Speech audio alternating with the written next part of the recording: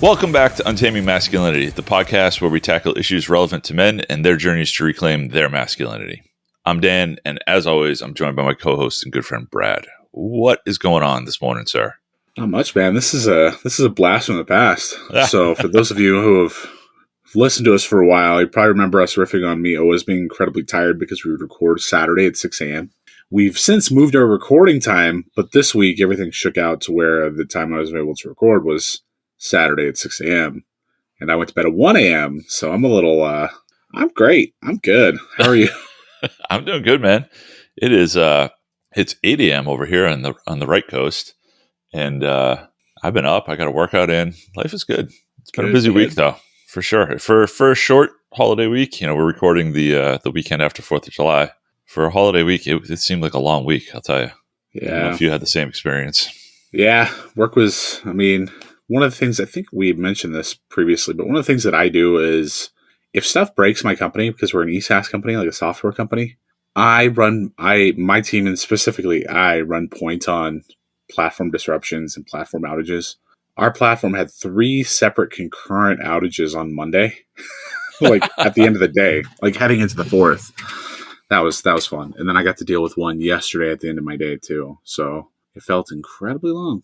Are those separate engineering teams that work on each one, or is it kind of? For the one on Monday with the 3, it actually was. So they'd engage 3 separate teams to get it fixed. But you also didn't have to balance resources or balance outages against the same resources, so that's good. I say this with kindness, but engineers, or at least software engineers, are not the best communicators. No. They just sit on Slack in general are not. There's a lot of siloing. Anyways, we got an interesting topic this week. It kind of actually goes in line a little bit with what you were just talking about. But this week, I spent a lot of time talking with people, different groups, about the concept of failure. And failure is typically viewed as a negative thing. But I was trying to impress upon the point to these people that failure can be a positive thing. Failure can be a tool.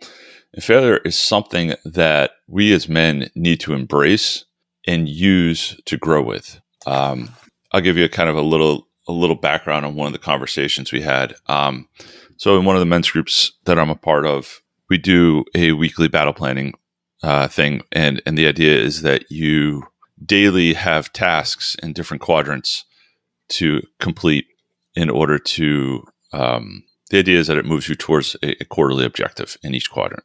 And the battle team that I'm on is very adamant about the number, getting the hundreds every week on the thing, which is, it's a good goal. Don't get me wrong. It's a good goal to strive for. And that is, in the end, it's doing the work and getting there is the goal.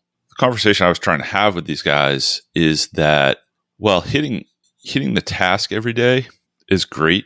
We want to make sure that the tasks we're identifying to do are not so easy that we can get 100 every day, but are hard enough where the presence of failure really exists.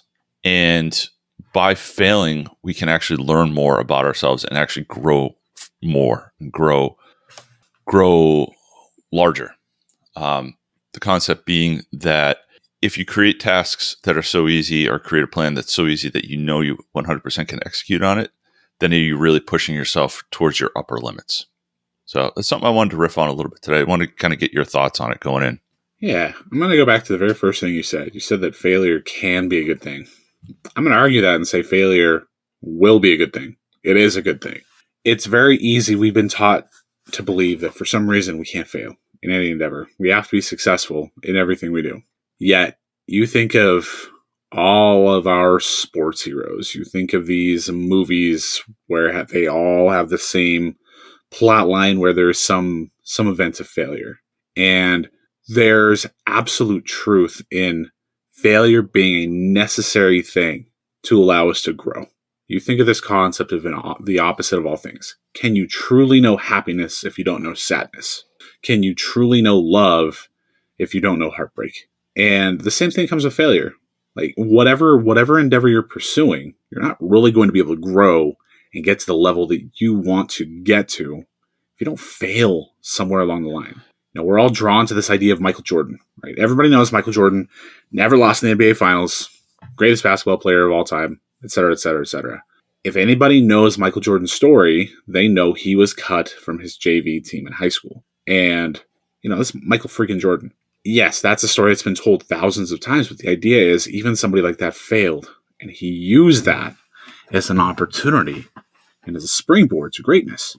And one of the things, if you ever follow Michael Jordan's career, is that along the lines, as he was growing and getting better, he didn't actually win his first championship until he was in the 6th season. So those first 5 years, he failed. And most people know, if you follow the NBA, that his failure point, the last 2 years before he won his championship, were the bad boy Detroit Pistons. Bill Laimbeer and Isaiah Thomas punching people and throwing elbows, and Rick Mahorn's big ass shoving people around. He got humiliated by them in the playoffs the last 2 years before he finally broke through and won. Now, I know that this is a very basketball-centric discussion right now, but the fact of the matter is, you look at him and you recognize him as the greatest who ever was. He failed. He failed regularly, and he failed humiliatingly. What did he do with that? He used that as an opportunity to become better. Failure is good. Failure is necessary. Failure is something that we're all going to experience. But the challenge with failure is when you fail, because invariably you will at some point. And if you're not, going back to what Dan said, that bar is way too low. How are you going to handle that failure? Right.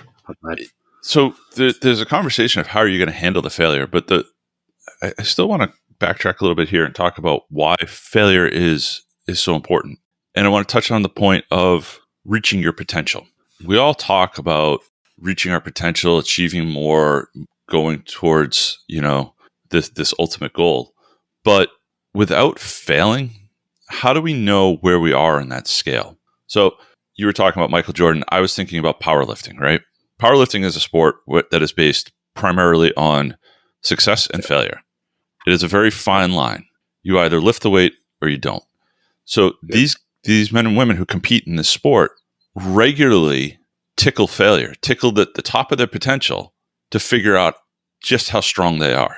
And they'll go into a competition and pick a weight that is borderline on their capability to see really where that line in the sand is. And it's defining their current potential, and that gives them a way to create a plan to work towards greater potential or greater strength. That is so important, because if you're always playing in that safe 70 to 80% zone, you're never going to know where that top line is. What are you totally and absolutely capable of? And also, how long can you maintain that, right? Because performance in anything, it's kind of like, I think about running just because I got back from a run this morning. You can run at max speed for a very short amount of time, but you can run at, say, 60 to 70% of your heart rate for a very long time.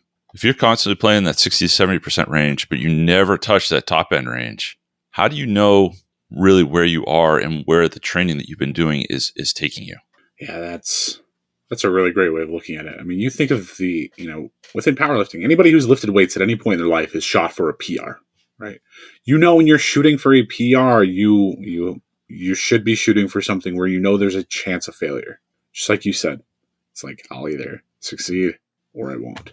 And in that realm, let's just say your PR, today I want to see if I can bench 315. You get the plates on, you get under that bar, and you don't make it, right? You try, you fatigue, you don't get the PR, gets re-racked, you're a little disappointed. In those situations, it's not going to be where you give up and say, oh man, I'm done. I'm never going to lift weights again. I'm out. If you're in that situation, no, of course not. You're gonna reevaluate. You're probably going to give it a couple weeks, try it again, see how it goes. How often is that guy who fails trying to set a PR in the gym giving up when he sees failure in other areas of his life where, there's a job that he's pursuing and submits his resume, gets really excited, gets the rejection letter, gives up, stays at his dead end job that he hates, right? That's an example all of us know and all of us can relate to. We see failure, we receive some notice of failure, and we just say, F it, I'm done, I'm out, I give up. How can you truly know what you're capable of if you're not willing to continually strive to succeed and therefore fail? The only way you can truly know what you're capable of, just like Dan has been saying, is allowing yourself to fail, allowing yourself to push hard, fall short, and keep going. And sometimes, here's the thing, we're talking a lot of examples of I'm striving for X and I don't quite get there. yes, that's a failure. Other examples of failure are you just have bad days.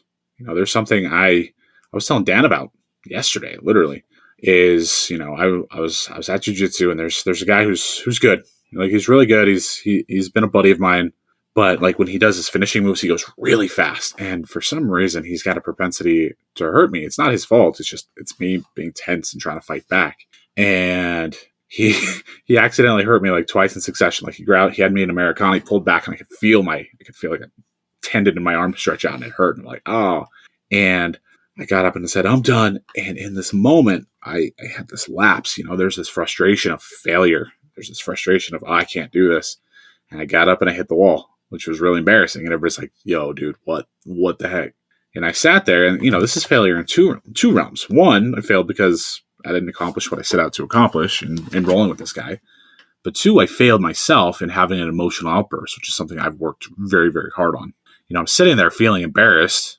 Obviously I apologized to him, but I recognized, I failed in my long-standing endeavor to be a stoic man and in much more control of my emotions. There's a moment where I let myself down and obviously embarrassed myself in front of a bunch of people. And in those situations, you can easily tell yourself, oh man, I'm ashamed. I'm going to hold my head down. I'm going to bow out. They're not going to see me again. Or you could say, you know what? Here's an opportunity for me to eat some humble pie, to apologize, to have some uncomfortable conversations, and to step back in there and make it right again. It's a really important point that you're bringing up, is the concept of learning from your failures. So you brought up a couple of different examples. I go back to the weightlifting one, the bench press 315, right? So you get 315 on the bar, you unrack it, you bring it down, you start to push it back up, it doesn't go, and you fail the lift. Okay, you failed the lift. But what did you learn in that situation, right? You learned what 315 feels like to unrack it and hold it in your hands. You learned what it feels like coming down. You learned what that pressing motion feels like. And you learned that the sun is still going to rise. People in your life are still going to love you. Nothing really changes just because you failed. So you've got tangible things from the sense of, the next time I go to do this, I've got more information. I know what it's like. And then you've also got the concept of the world didn't end because I failed. Now it's benching, a bench PR is a very simplistic thing that we're talking about here. But I'll guarantee that 95% of the things that you fail at life aren't going to really drastically change the course of your life, right? Your example in jiu-jitsu, you both failed on the mat, and then you failed yourself personally in your emotional response. Is that going to really change the course of your life in the sense of a very detrimental thing specific to that one moment in time? It may change your life in the sense of, now you've got a little bit more knowledge on both how to defend that move and how to handle those emotions when they come up. So that's a positive effect on your life going forward. But there's no, I would say, long-term detrimental effect. And that's something that we need to really embrace, is understanding that, I worked for a company that had the old Apollo 13 motto as failure is not an option. And I always find that saying, I understand it in the context of that, that space mission. Failure was not an option for those engineers and those astronauts. But failure is a good thing. Failure allows us to determine where we are and to grow skills. I can't say, I used to fear failure when I was younger. And I would say over the last 5 years, I've grown to embrace failure because it shows me where I need to put in the work. And it shows me where I need to emphasize growth in my life to make myself a better man. And without those failures, I wouldn't know, where to point my energy. I don't know if you've had a similar experience. Absolutely. And here's the thing. I truly believe that we have been conditioned societally, as men, that life is like it's this binary thing. You pass or you fail. You win or you lose. There's no in between. And we've internalized this as, I gotta win because if I don't win, I'm a loser. Or I need to pass because if I don't pass, I fail. And with that has come this negative connotation that you can't fail. But if you really truly think about that, like, that's crazy. You're not gonna succeed in everything. And because we've societally been conditioned that, oh, I've got to pass, I got to pass, I got to pass, I can't fail, I can't fail, I can't fail. There's this catastrophizing when you fail, as if I failed. Therefore, I've labeled myself a failure. And how ridiculous that is. We fail all the time. We fail with all kinds of stupid little things if you really truly think about it. And the fact of the matter is, through those failures, through those losses, that's where we grow. Going back to everything Dan said, this is how I can evaluate what went well, what didn't. But that has to come with an understanding that failure is okay. Failure is necessary. Failure is good, because it is. We have to fail if we want to become what we want to become. If we want to assess and push harder and strive higher and reach a little higher, we have to fail. And sometimes some of those failures are going to be embarrassing. They're going to be painful. They're going to be awkward. They're going to be clumsy. They're going to be embarrassing. Any number of emotions that come around the table. But with failure comes realization. I failed because I did this, because I could have done this better. One of the important elements of failure is you have to be realistic with yourself. You have to be self-aware. You have to really, truly be able to look and say, okay, I should have done this better, and I should have done that better. When it comes to lifting, I didn't quite position myself under the bar the way that I needed to, or I didn't eat enough, or I didn't sleep enough the night before. Those are easy things to do. If you fail your marriage because let's just say you yell at your wife or something ridiculous like that. We've all done it. It's all going to happen. I'm sure there's going to come a point in my life where I yell at my wife again. Sorry if you're hearing this, sweetie. But when that happens, when you yell at your wife, okay, why did that happen? What environmental factors came into play that made me yell at her? I was annoyed because I had a stressful day at work and I was a little bit on edge when I got home. Okay. Knowing that you were a little on edge when you got home, what are you going to do next time when you get home from work and you feel a little on edge? You need to take a walk. Do you need to create some space for yourself? Do you need to simply just take a breath before responding if she says something that kind of ruffles your feathers a little bit? Failure gives us an opportunity to learn. Failure gives us an opportunity to evaluate. I can't emphasize enough what Dan's saying, in that it's a necessary thing for us to be able to grow and to really truly fulfill our potential. And you've got to get it out of your head. If you're sitting here thinking, I can't fail. Coming back to the Apollo 13, failure is not an option. I tend to look at that now, based on my same evolution, that was an aspirational thing. It's like we have to fail failure is not an option, because if we fail, we will die, which if you're going into space, death is a pretty decent possibility. Or we're just not going to get to the moon, and that's the sole purpose of this mission, is to get to the moon. But I look at that as aspirational, not as simply, if we fail, we did not succeed. You look at all the various Apollo missions that came after Apollo 13 and what they learned from that. In some ways, NASA, those astronauts, they needed that failure to propel them forward throughout their lives. I want to make clear that the conversation we're having is about failure. A lot of people like to sugarcoat and be like, oh, I didn't fail. It was a learning experience. Bullshit. You failed. You failed. Own it, right? Own it. You failed. But failure is not this thing that you can't come back from. Like we've been saying, it's a tool. You can learn from it. If you're being truthful with yourself, you can do kind of like a personal, AAR, where you go, okay, what happened? Why did it happen? What can I do better next time in this situation? Learn from it, move on. But under no circumstances should you bullshit yourself into saying you didn't fail. It was, it was a learning experience. It was, whatever other crap people tell themselves to not use the word failure. Failure is not like a 4-letter word. It is perfectly acceptable to happen, in the right circumstances. I want to push on you a little bit, Brad, and ask you a question. Yeah. Outside of physical activity, because those are very easy situations to put yourself in or identify. What is one situation in your life where you have failed, and what was the outcome of it? What did you learn from it, and how have you moved forward? Okay. So there was this point in my life when I worked for a company, and at this company, I was an SEO specialist, so search engine optimization specialist. I was doing some digital marketing. It was fine, But at the time, I was in a position in my life where I wanted to get into more traditional marketing and be like a product marketing manager. And I interviewed. It was an internal position. I would have moved over to this department. And the guy I interviewed with, at the end of the interview, said, "You are awesome. You're perfect. You're exactly what we're looking for this job. I'm really excited. Expect to hear from us soon." And a week went by, 2 weeks went by, and I didn't hear back.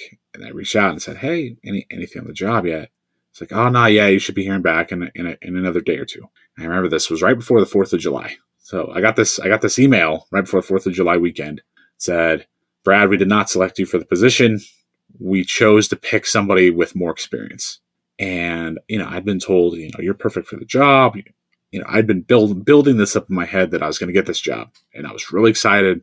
It's going to be what I thought I wanted to do at the time. And then I got rejected. And I asked for some feedback from the hiring manager to say, "Hey, what could I have done better? What went well, what didn't?" And the feedback was, "Oh, you did well. We just decided to hire somebody with more professional experience." And then I found out that the person that they hired was straight out of college and had no professional experience. And I was equally devastated and pissed. I was so worked up over it. And if you were to ask my wife to this day, she will remember we were getting into my truck at the time, and I was wailing and yelling and freaking out and having a meltdown because I experienced what I considered this incredible failure. And I didn't handle it well. I didn't handle it maturely because I had told myself, "I deserve this job. I deserve this job. I deserve this job. I deserve this job." They told me I was going to get it. And I didn't. And I didn't know how to handle that. My brain at the time did not know how to process that. And my wife sat me down. She said, "You're being hysterical. Get control of yourself. Compose yourself."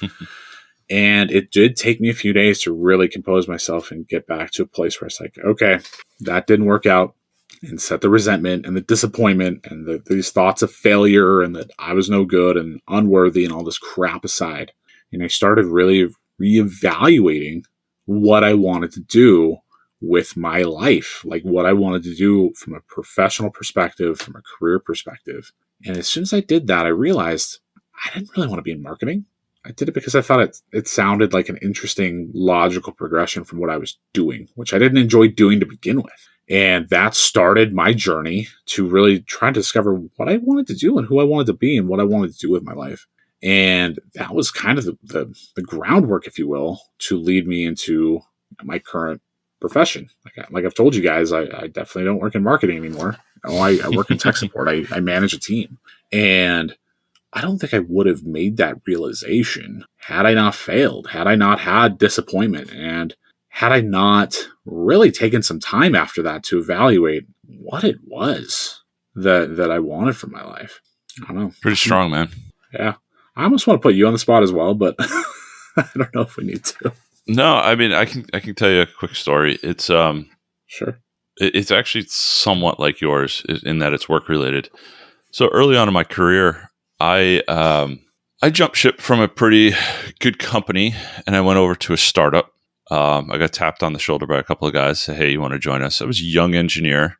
Worked there for about 8 months, and my wife and I were in the process of buying a house. So it was right before Christmas. We had some, I'll just say, some legal issues in the startup. Basically, we were being sued. We didn't do anything wrong, but there was competition that says we were, and they were trying to put us out of business, through lawsuits. So I went to the president and the founder, and I basically said, "Hey, listen, I'm closing on a house this weekend. It was the Friday before Christmas. I'm closing on a house this weekend. Are we okay? I don't need you to tell me specifics, but just tell me whether I should sign this paperwork or not." Yeah. You're fine. Sign the paperwork, buy the house. We had shut down from Christmas to New Year's. I came back, and 2 days after we came back, they pulled us all into a room and said, "We're shutting down the business." They had basically drained us dry with legal fees. So that was layoff number one. I felt like I was a failure in terms of, providing for my wife, as the man in the family. I felt like I wasn't able to do things the right way. And then got another job. 3 years later, that company shut down. Same thing, out of the blue. Had to go home, tell my wife. At this point, at that point we had kids, and then 5 years later, same thing happened. Company decided, it was a Norwegian company. The company decided they were taking all the IP and taking it back to Norway, and they were shutting down their facility out here. So within, I don't know, what is that, 9 years, 8 years, I got laid off 3 times, and I felt like a complete failure because I was the man of the house. I wasn't providing. I wasn't able to keep a job. The joke with all my friends is that I changed jobs, more than they changed their underwear. It was just constantly me just changing jobs. And, but I kind of took a step back and I said, what am I going to do to, obviously the companies that I work for, I need to make sure that they're going to stick around for a while. So I started to have a little bit better, selection criteria going forward. I also realized that, these companies were not interested in my career necessarily, which fine, whatever. It's, it's not the 1950s anymore. People don't stay at companies for 40 years and get a gold watch and a retirement plan. That's just the way it is. So I had to take a lot more ownership for my career. And I also had to learn how to value myself. So since then, I've had really good success. I've been, with the same company for almost 8 years now. I've grown there, but I've also learned, skill sets such as interviewing, right? You can imagine losing 3 jobs in 8 years. I've interviewed a lot in the last, 15, 20 years. It's a skill set that I think I'm actually pretty good at now. And it's also served me being on the other side of the table and interviewing people and being able to get more out of people I hire or I'm looking to hire. So it was a failure in the sense of, as a man, I wasn't providing. I wasn't playing that role. But overall, it built me into the man I am because of the skills and the mindset change that I acquired during those difficult times. That's an awesome story, man. That actually draws me to a Seneca quote that I've been sitting on for a lot of this conversation. And it says, "Think your way through difficulties. Harsh conditions can be softened, restricted ones can be widened, and heavy ones can weigh less on those who know how to bear them." You know how to bear those difficulties now because you went through that. You went through a situation professionally where you were exposed to failure in such a way that now you know how to handle scenarios like that. And that in and of itself is what failure is all about. Like that encapsulates it perfectly. Mm-hmm. You know how to bear very specific situations because you went through the ringer for the better part of a decade. Yeah, it's, it was a tough time in life, and I can't tell you how difficult it is to face your in-laws and have to tell them that you got laid off again. Oh man, I can imagine. Fortunately or unfortunately, however you want to look at it, in all of these situations, I was not part of any initial rounds of layoffs. I was always the guy who went down with the ship. Like I was there until the company closed. I also have kind of a harbinger of death reputation within a small community on the island, in that I have seen 3 companies close, while being part of it. But that's a whole nother conversation. Dan's employed at this company. Look out for its future. That's pretty much how it goes. But back to that conversation, I can remember the 3rd time walking into my in-laws' house and us having to say, "Hey, listen, Dan lost his job," and it's just such a humiliating and defeating feeling of, here's this man who years before I had gone to and said, "Can I have your daughter's hand in marriage? I promise to keep her safe, to protect her, to basically take the role that you've had for the last 20 plus years and carry that torch." And here I am not doing it. You want to talk about feeling like a failure? That's feeling like a failure. Coming back though from that and creating the career that I've created and creating the network that I've created and having the opportunities that have presented themselves for me has been one of the highlights of my life, in the sense of I know that I can rebuild, and I know that when it's bad, it's never that bad. And when it's good, it's never that good. And being able to kind of temper those emotions and realize that we're going to get through this. We'll find a way.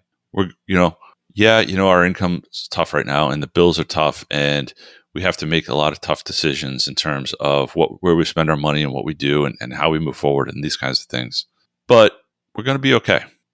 It's going to work out. I have a skill set. I have the ability, I believe, to interview well and get myself into positions. And over the years, because of the different positions I've been in, I've grown a breadth of skill set where I can go and do many different things, which makes me a valuable asset. Yeah. That in itself has been the fruits of those failures. That's what's so powerful about this. You're mentioning a lot of things, and a lot of things are coming to mind while you're talking about this. Yeah, you failed, and you learned from that failure. And, that failure in and of itself was, I lost my job. You use that and leverage that to get another job and to keep progressing. But all the other ancillary and complementary things you learned along the way through failure. I guarantee you your financial house is in much better order than it was then. Obviously, you're older, which helps. But you've made contingencies. You've learned that you need to make contingencies because of that. You talked about your interviewing skills that you developed that helped you interview for new roles and be able to interview people in your current role. You think of how that helped you in your relationship with your wife, how you're more present for your kids, all these various things that don't directly have to do with having and keeping a job. You were able to develop because you failed and you learned that you needed to strengthen yourself in all these other areas while you were going through that failure. That defined you, man. It truly did. It does. And every guy can take from that, right? You can take from that. Every guy can take from that and understand that failure is simply opportunity presenting itself. It's a really backwards way of looking at it sometimes.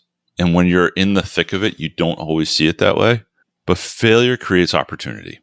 Failure creates the ability for you to improve, for you to create a new path, to create a better path. And if you embrace that mindset, which is something that I had to, like there was no option, right? I had to embrace the concept of I've failed here. I need to go create success there. If you embrace it, you will see success in life and you will see greater growth in life. Yeah. I was telling the guys in my group last week, I said, the value of a man is not defined by his successes or failures. It's defined by how he fails, picks himself up, dusts himself off, and moves forward. If you can do that successfully and not let the failures get to you, but rather harness them, use them, and learn from them, you will become a much stronger man in the end. It builds resilience. It builds character. And that's the thing. If you think about your career, had you never failed at any of those jobs, like had you never failed in your career in any capacity, where do you think you'd be? Nowhere near where I'm at now. And nowhere near the confidence I have in myself, which is more important, right? We can talk about what position I'm in, what, the money you make, whatever. That's all well and good. And it's important. Don't get me wrong. Of course. But I have so much confidence in my capabilities and my ability to contribute to an organization because of those failures and because of the growth I've seen from those failures. Yeah. I had this lesson with one of my subordinates yesterday, but one of the guys who's on my team, made a mistake. It's kind of a big mistake within my company. One of the worst things you can do, because we're a customer experience company, we do survey collection. Is one of the worst things you can do is break a survey. So that a company, oftentimes these companies pay us lots and lots of money. They're not getting any surveys being collected because we break it. Everybody in my company who's worth their salt has done this at least once. Mm-hmm. And, this guy's been on my team for a couple months and he had his first experience breaking a live survey yesterday. And I talked him through it. And it's like, look, there's a very simple thing you missed. It's okay. Here's where it is. Here's what it should have been. He's like, oh man, I should have known that. You know what, man? Everybody cuts their teeth on this. This is an opportunity to grow and to learn from this. And I'll tell you one thing, you're not going to repeat this mistake, are you? It's like, no, this is something I'm going to be able to show other people. Yep. And that's what it's all about. Yeah. We had a similar thing. We had, so I think I've mentioned it, but I work in the LCD and touchscreen business. We had a 43-inch touchscreen sitting in our engineering lab on a rickety stand. And we came back in on a Monday morning and somehow it had slipped off the stand and crashed onto the floor and broke. Now, this was customer owned material. So nobody was happy. But I took my engineers aside and I said, listen, I said, I'm not happy about it. Nobody's sales is not happy about it. Nobody's happy, but shit happens. The question is, can we learn from this? What can we learn from this? And we dug in and we learned, we made a list of things that we could do going forward to absolutely prevent this from happening again. And by far, I don't think my engineers will ever see this happen again. Stuff's going to break. Things are going to fall. Failure is going to happen. The question is, can you learn from it? Love it. I don't know, man.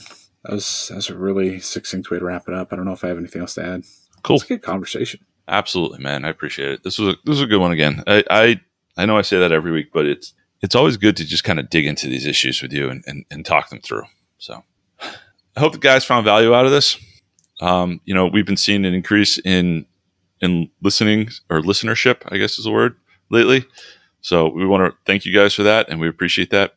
What we still want to see is an increase in the amount of ratings and reviews that you guys post. So please, if you're finding value, if you like what we're doing here, go into Apple Podcasts, go into Spotify, leave us a rating and review. It's not just the 5-star rating, it's the review as well that really helps spread the word and get us noticed. By getting us noticed, we'll be able to do bigger and better things, attract bigger guests, and provide more value to you guys. So please do that little bit. Yeah, that really helps us out. Otherwise, make sure you're checking us out on untamingmasculinity.com. We've got show notes for this and all of our other episodes. There's links to our social media. We're committing into Instagram a lot lately, so check us out there. And just make sure you're coming back. We've got some great episodes lined up coming up here in the future, and we really want you guys to be a part of it. So please make sure you're checking us out every week. Come back next week. We got more great content lined up. And until then, we'll leave you with just one question. What are you doing to untame your masculinity?